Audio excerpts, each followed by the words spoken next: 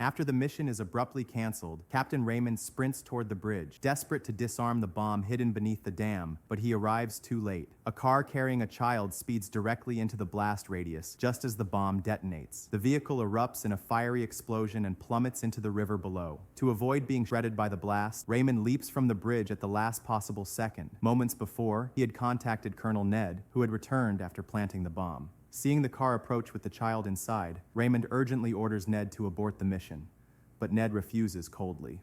Ned values only the mission, indifferent to collateral damage. Later, on the shore, Ned confronts Raymond with fury, accusing him of insubordination and disrespect. He strikes Raymond in the face, then kicks him while brandishing a pistol, barking orders as if still drilling a recruit. But Raymond's patience snaps. He lunges forward and delivers a flurry of brutal blows, leaving Ned bleeding and barely able to stand. Raymond rushes to a nearby phone booth, retrieves a data disk, and plugs it into his pocket computer. A number flashes on the screen. He dials, and a calm woman answers, as if she's been waiting for his call. She reminds him the offer still stands, to eliminate 3 targets. He refuses once more, despite assassination being his specialty. She questions why he keeps calling if he won't take the job, but admits she enjoys hearing his voice. He confesses he feels the same. As he leaves the beach, a stray cat begins to follow him. He tries to ignore it, but when a bus arrives, he picks up the cat and brings it along. Later, he finds the woman standing quietly in a cemetery, laying flowers on a grave. He plays one of her voice recordings, where she describes in harrowing detail how those men tortured her parents while she hid, before killing them both, all because her father knew too much. Growing impatient, waiting for Raymond to act, May leaves a message declaring she'll handle things herself. Meanwhile, Leon's son Thomas hosts a lavish party. The woman arrives as well, tension simmering beneath the surface. Thomas offers her a stack of cash, but she flings it onto a waiter's tray, demanding full payment. She reminds Thomas that he saved Leon's family from ruin and won't let himself be cheated. Having made her point, she leaves. May makes her own grand entrance. White limousine, confident heels, chin raised high. She moves through the crowd with a commanding presence. Thomas notices her from across the room. Something about her draws his attention. He approaches and begins chatting.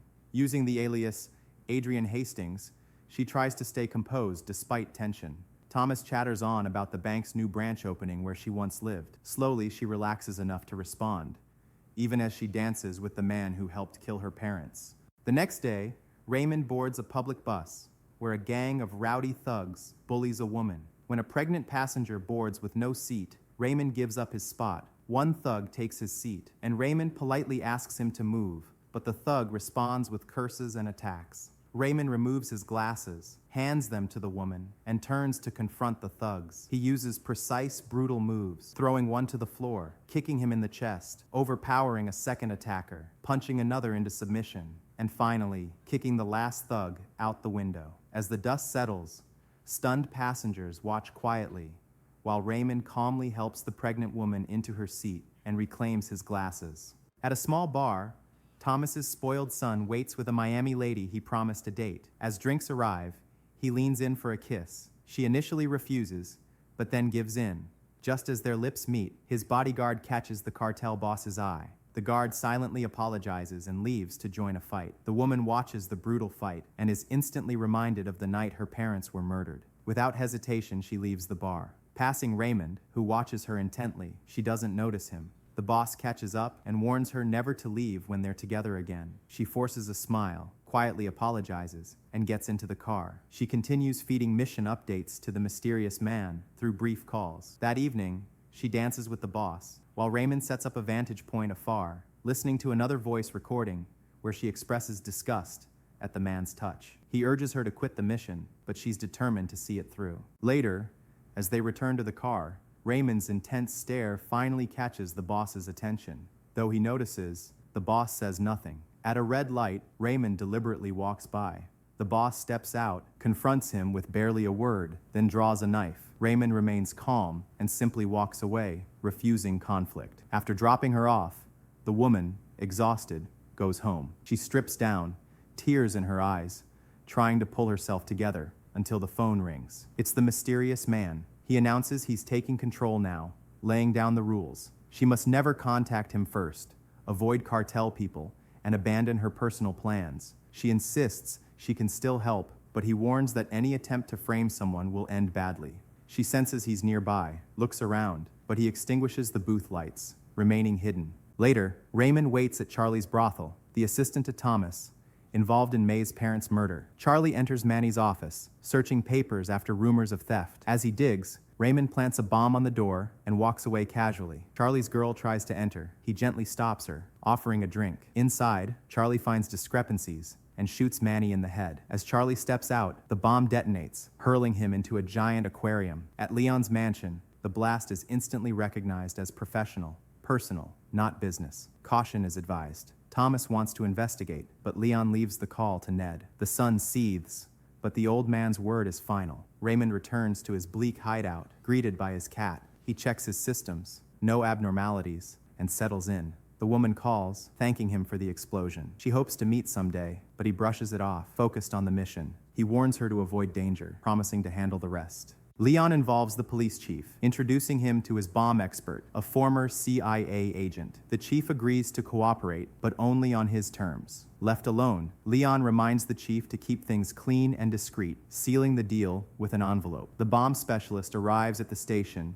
inspects the bomb disposal unit's progress. Reviewing party footage, a photo of May appears. He immediately takes control. When questioned, he mocks their gear and expertise, then calmly assembles a bomb pen with a 20-second timer from scrap parts. He hands it over. The team panics. Teasingly, he disarms it at the last second, teaching a lesson. All party-related events now go through him. Meanwhile, Leon's partners fly by helicopter to his beach house. There, the accountant, now the woman's lover, sits at her feet, caressing her skin. For her, it's torture, reminding her of the night her parents were tortured and killed by Leon's late henchman. That henchman, now the accountant, has just completed the brothel hit. At reception, they tease him about bombs. He shrugs, but hesitates before entering the elevator. In the parking lot, the accountant inspects under his car, finds explosives, removes them, suspects foul play, and instructs the valet to park properly.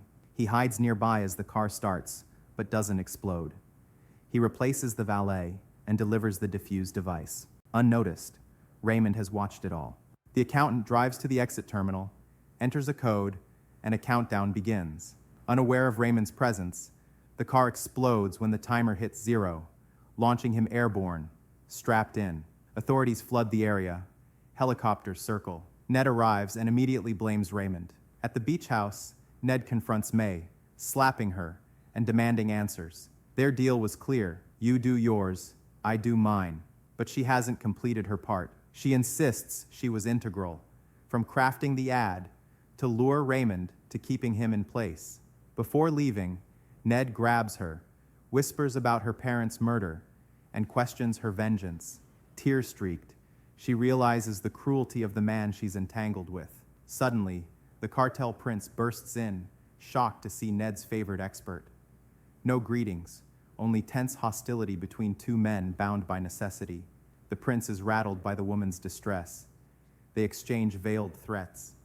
Ned ignores them with proud disdain before storming out. Back in his hideout, Raymond carefully arms explosives on a small saucer while his cat chases rodents. On the beach, the cartel prince's son plays. Raymond swaps the man's cup and saucer for booby-trapped versions. As he leaves, he freezes, seeing the woman approach the prince despite his warnings. The device detonates, knocking both down. As guards scatter, Raymond rushes to the blast, but they hold him back. The bomb expert admires Raymond's clean work and watches from afar. When dust settles, he calls the woman, but there's no answer. Wounded, Raymond leaves the booth. The old man mourns his son's death. The expert offers condolences, but is harshly blamed for failing to protect the boy, despite warnings about his stubbornness. The father demands justice. No excuses. Unknown. What happened to the woman? Ned breaks into her apartment, pausing at a dress, as if missing her. News spreads that Adrian Hastings died in the same blast that killed the cartel heir. At home, Raymond opens a computer to find an old brochure she'd sent, proof she's alive. He rushes to call her. At the station, a woman answers. Ned is certain he's tracked the mystery man. The female officer poses as May's assistant, requesting a meeting, but Raymond refuses. Sensing something, he demands to speak with Ned. Raymond blasts Ned for abandoning the agency and breaking protocol. That strikes a nerve. Ned seizes the phone, screaming about Raymond's kills and a random shooting, vowing to end him. Raymond hangs up, losing his only lead. Ned rages,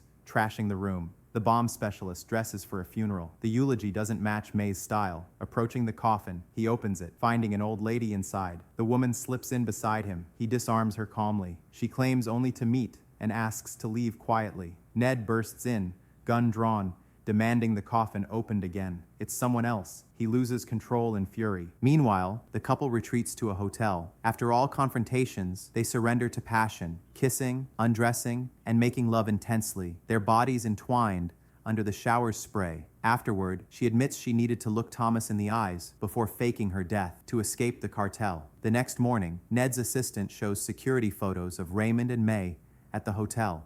The guard confirms. Inside, she finds the woman gone, left a note warning not to trust her too much. Her escape is cut short when she meets the bomb expert in the lobby. She mutters that staging her death worked to lure Raymond. When pressed for his whereabouts, she stammers suspiciously. Knowing Raymond is inside, Ned orders her detained. The escort lets her access the restroom, where she rips her phone and calls Raymond. Furious at the setup, he hangs up and plans escape, only to be ambushed. 3 men rush in. The expert holds back. The phone rings repeatedly. A man picks it up out of curiosity, triggering a bomb that hurls him out the window. The penthouse is rigged. The explosion severs it from the building, dropping it into the river with 2 inside. Raymond fights off guards, neutralizing attackers with brutal efficiency, punches, knife strikes, and cunning. The hotel alarm blares. Chaos ensues. The saboteur finds his accomplice and eliminates him easily. The woman is dragged before the boss, branded a traitor. She recounts the night her parents were shot by the same men now losing to her. The boss nearly snaps, but the curator calms him, insisting she still has value. A call comes in. The former agent listens as the woman works her charm. The man refuses to risk a reckless asset but softens, agreeing to meet in an hour. The woman quotes her warning, "Don't trust me too much," keeping him wary. He drops her safely, sends her in with mic connected, joking about the fun after. She insists she's their only chance. He raises his gun but doesn't shoot, instead pushing her forward,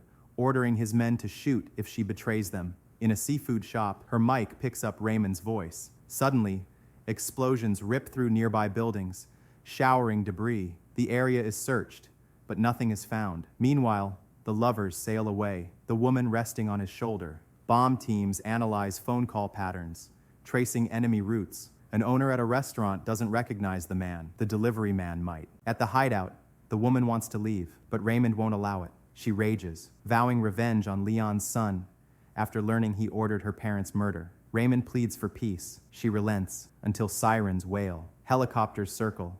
Snipers take positions.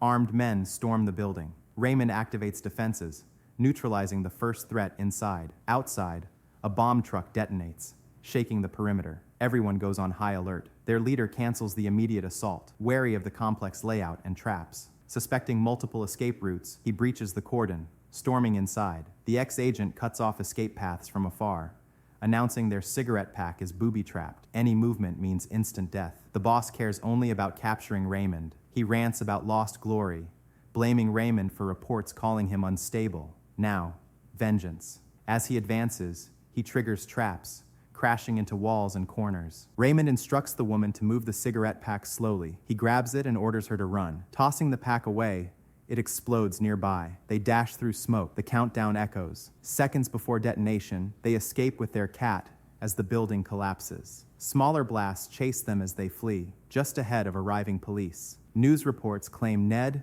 Raymond, and May died in the rubble. At the estate, Leon thanks God the nightmare is over, but the butler receives a small package, a necklace with a pendant. Opening it, he sees a photo of the woman and her parents.